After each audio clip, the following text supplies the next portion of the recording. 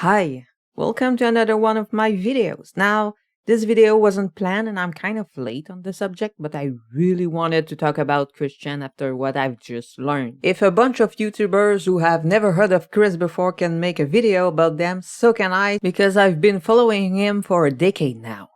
But before we get started, I have a quick disclaimer to do. I will refer to Chris as they, them, despite their preferred pronoun being she. I do that because I don't believe they are truly trans, but at the same time I don't want to disrespect the trans community, so I kinda choose to hit the middle ground here. Now, it would be hard for me to tell you everything about Chris in a decent amount of time because they are the most documented person in history. There's many documentaries on YouTube about them, one of which is nearly 60 part long, and each video being about 40 minutes long. So I will try to summarize real fast who Christian is, but I'll skip a lot of information. I take for granted that most of you know who Christian is. If you don't, I'll link the documentary. Bad timing to one cuddle cat, bad timing. Okay, what was I? Oh yeah, I'm gonna link the documentary into the description below for those who want to know more about Chris. Okay, so let's dive in. Chris started the lolcow career online as a cisgender autistic male with heavy homophobic views. They are known for their comic Sonic Chew, in which the main character is Chris himself. In the comic, Chris is the mayor of Quickville, a fictional city that he created himself where a bunch of his OCs, that are a mix between Sonic and a Pikachu, lives. So in the comic, Sonic Chew and Chris are going through many adventures, and the main one and the most known one is the legendary Love Quest. You see, Chris really wanted a girlfriend, but he wasn't really good with women, and most of them would use the excuse that they had already a boyfriend when Chris was approaching them. So Chris kind of became obsessed with that and decided that he would go on a quest to find a boyfriend-free girl. Now, the comic was terrible, and Chris became known because of that. Not only that, but as people do when they find something really so bad it's fun, they started trolling Chris, and Chris was taking the bait. You see, Chris was really easy to manipulate, and they were so desperate to find themselves a girlfriend that the troll quickly saw they could use that to troll Chris. And it worked. Most of the troll would make themselves pass as girls that are interested in Chris, and would trick him into making silly videos for them. Some were harmless and quite funny, like asking him to turn into a hedgehog on video.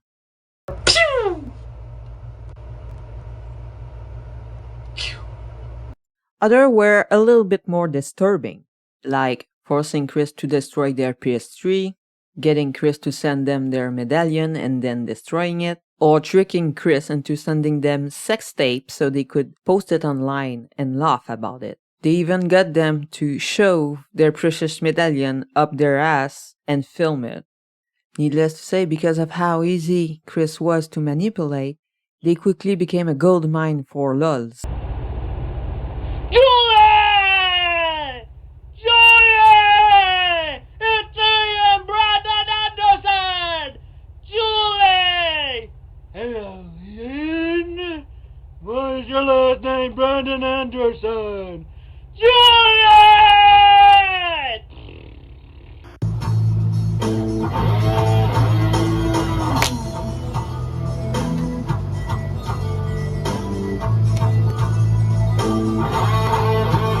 If you're strong, you can fly. You can reach the other side of the rainbow. I got a fish. Would you like to make a wish? I got a fish. Would you like to make a wish? I got a fish. Would you like to make a wish? A community of trolls quickly formed around Chris, and they started documenting their every move. This led to the creation of the Kiwi Farms, which was at first a forum dedicated to Chris, but evolved into a forum talking about a plethora of people now referred to as lolcows. So in a way, Chris is kind of the patient zero of lolcows. The current owner of the Kiwi Farm is Joshua Moon, also known as Null. After years of Chris being trolled online, Null kind of became Chris's caretaker, trying to prevent Chris to get into trouble. It didn't always work. You see, Chris have a tendency to not listen to the right people and to not learn from their mistakes. I won't go into details about everything Null did for Chris, but I wanted to quickly mention him because he will come back later on and is often mistakenly put in the same basket as other trolls. So let's fast forward a little bit. So Chris have been trolled and documented for years when a group of trolls known as the ID guys shows up. They start messing with Chris's comic and manage to make them believe that their Sonic 2 characters are actually real and live in another dimension by impersonating one of Chris's characters. Chris believed them. That's how easy to manipulate they were. Now the situation is more complex than that, but in the end Chris went from cisgender heterosexual male to tomgirl to crossdresser to trans lesbian female. They believed to be an interdimensional goddess known as the CPU Blue Heart. At one point, the Kiwi Farms started to notice that Chris' behavior was weird. That's when Null and a group of people known as the Guard Dogs managed to put an end to the ID guys, but the damage was already done. Chris kept believing that every fictional character ever created were real and that during an event known as the Dimensional Merge, all the dimensions will come together and become one. Good day, everyone. It is I, Magichan Sonichu. I have taken possession of Christine's body, as we have swapped bodies. Her soul is in my body, as you can see right behind me, on the opposite side of the dimension curtain.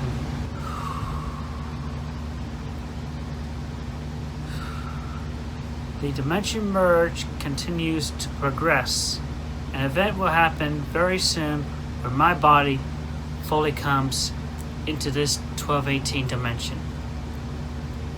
And I will be swapped back with Christine, and everything will definitely further progress from there. This brain, it needs work, but I am working on it. I am improving.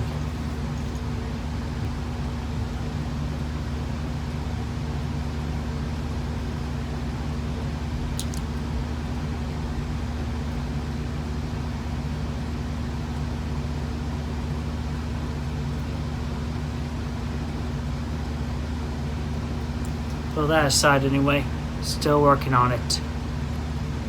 Chris was a lonely person. At one point, his father even paid friends to hang out with Chris. So I believe that he saw the dimensional merge as an opportunity for him to have real friends. The situation became worse as both Trolls and White Knight would start enabling and feeding Chris's delusion, but both for different reasons. Over time, Chris's mental health started declining and people started to worry. You see, Chris lived with their mother, Barbara, and her few appearances in Chris' videos made people speculate that she may have dementia. Now, I want to make something clear because nobody's talking about this or mentioning it in any of their video about Chris, but nobody really knows if Barbara truly has dementia, something that she may be acting to manipulate Chris's audience into giving them money. Some others says nobody can be that good of an actor. Truth is, make your own opinion, but there's no concrete proof she has dementia. I'll let you be the judge with this short footage of Barbara. My name is Barbara Chan. I'm doing fine. What do you want to know? Ask questions in the comments below or wherever to my associates, yada yada. That being said, Null wanted to help Chris become more independent so that if something were to happen to Barbara, Chris would be able to live on their own. In June 2021, Chris announced that they wanted to attend Everfree Northwest, a My Little Pony convention. Everfree Northwest, over in the state of Washington, over in Bellevue. Yes, I am going to be there. The thing is that Chris was planning to go there road trip mode and Null feared for Chris's safety. In the beginning of July, Null helped Chris create a GoFundMe. The deal was that Chris would do drawings in exchange of donations.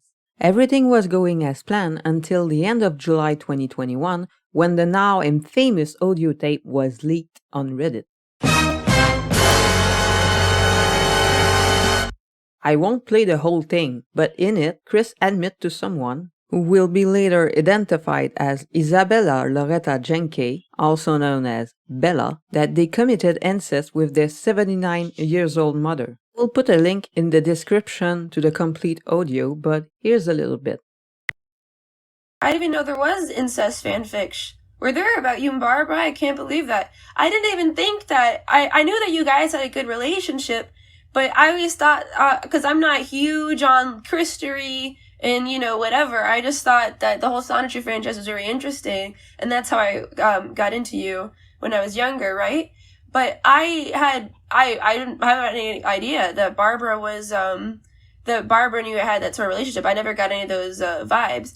But how did you approach her? Approached her with care and caution. Mm-hmm. It was a time approach. So I just gave her comfort and talked with her, and we just branched out slow and steady. And then I encouraged her positively, let her make the first move. And she wanted to do it. And she did? Really? She made the first move? Yeah. Oh, really? Wow, Barbara. How did she do it, if you don't mind me asking? What was the first move? I don't remember exactly. Well, that was her first move, but my approach was...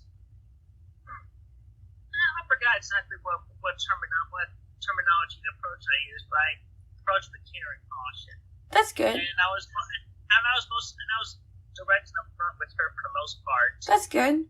And how did she respond when you approached her?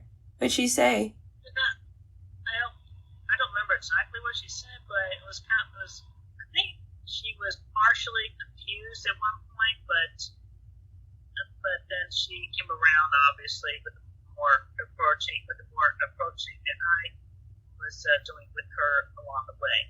After this call was leaked by someone who was not Isabella, an emergency protective order was held against Chris.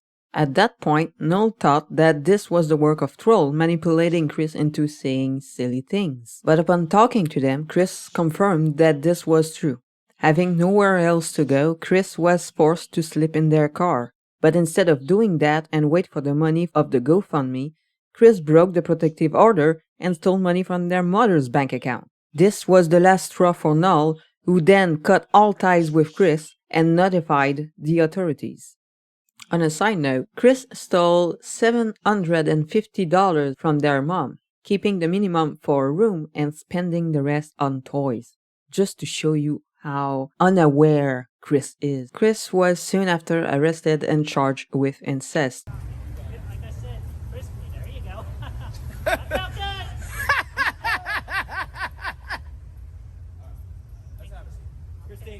Holy broccoli, this took longer than expected. And mind you, I've cut a lot of corners to make things as short as possible.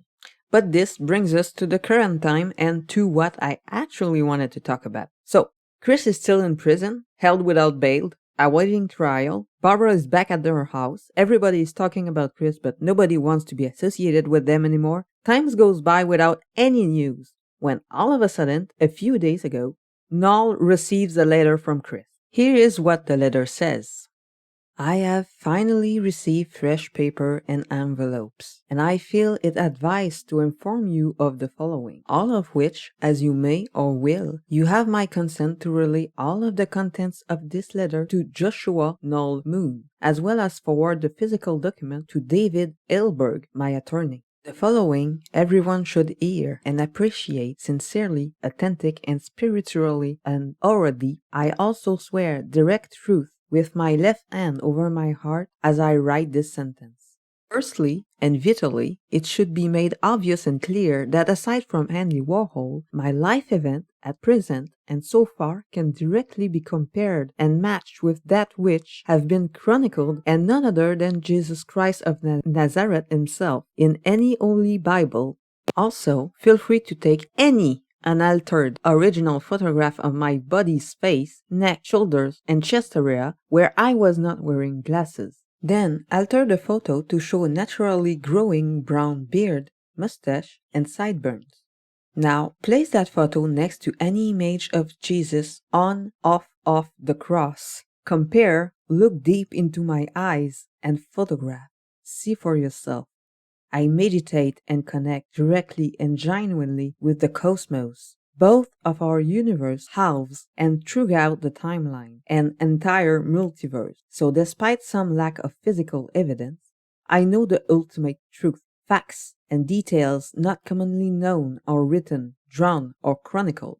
That being said, all of my life, my mind, eyes, and literally held a constant perception of being the central camera, number 000, out of all the other cameras, infinite from the first-person perspective of all others. And this goes even deeper, and I encourage you to meditate deeply and see for yourself this and all of the truth. And the reason and the truth behind my unique perception is direct and mind-blowingly simple. I am literally the real player one, the one avatar, and this body, eyes, mind, and all is the one God body. And I am literally also Jesus Christ himself, fully reincarnated and fully reawakened.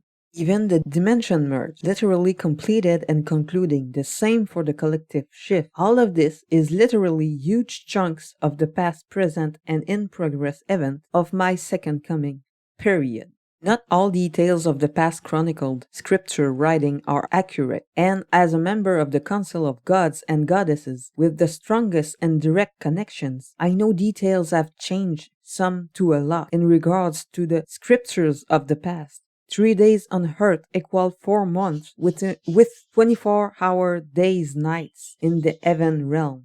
So yes, this is the one immortal body, and that was none other than I off and on that cross over 2,000 years ago in my past life personally. Each and every prayer and praise to Jesus as of February 1982, at least, have all been directed to this body and soul. Malachi 3 Judgment Day is nearing. Know this well, praise. Moving on with all that stated, your last letter. Next, why I had transferred that money on Saturday, July 31. Josh had absolutely no right in relaying that detail publicly. Friday the 38th, forced out of my home and temple. Had nowhere else to go. Had less than $50 between pocket money and only a couple of bucks or so in my bank account. No money in my PayPal. Patreon was not due for a payout until Sunday, and SSI was not coming into my bank until Tuesday. Anne was not majorly uncomfortable. Josh had wired $1,000 to my bank that Friday, but it would not arrive until after on Monday. Little food and options. And you try bumming in any parking lot without feeling insecure and paranoid. I needed safety and comfort as quickly as possible. That is why I transferred that money. I was going to pay it back in full. Even had $150 from Patreon on Sunday the 1st and went straight to Barbie Chan's account. I would have paid the remaining $600 Monday or Tuesday, but Null had to fail his destined test and betrayed me, like I was betrayed and jailed with a kiss over 2,000 years ago. Now, and as for the past arrest, I have absolutely no way to fulfill that repentance, or any else digital. Malachi 2.6:15. I repeat all that personally. Now, all of you had to over-drama and fail your worldwide test of faith upon me. And finally, the all-important popular present FAQ. Why and what the hell? Emmanuel, God above all other gods and goddess, and one of my mentors, herself, had deemed me to heal, cleanse, and clear Barbara of all of her past sins and regrets, and improve her abilities directly and personally as her goddess. We mainly cuddled, soul-bonded, and talked, consentful and emotional and mentally supportive and healing. I did as I had done for and with a chosen few back in Israel over 2,000 years ago in cleansing them. More details for the Bibles that had been overlooked and left out. We gods have eased up on the views of adultery. Why else do you all have pro-gay, pro-lesbian, and pro-trans, and all today and the past decade? Everyone involved, we're all being genuinely, deeply happy, content, and spiritually satisfied with themselves and each other. As long as all over the age of consent, and the activity was consensual by all parties involved. A genuinely, spiritually happy, it is good. I have written further insight and details and already shared them with David Ailberg. And I get out on second coming, or sooner by uninterrupted co-divine intervention. All of you dreams and curses are no more. An unrevivable judgment day. Praise us, gods. Christian Chenichu, the goddess Blueheart, and your lord.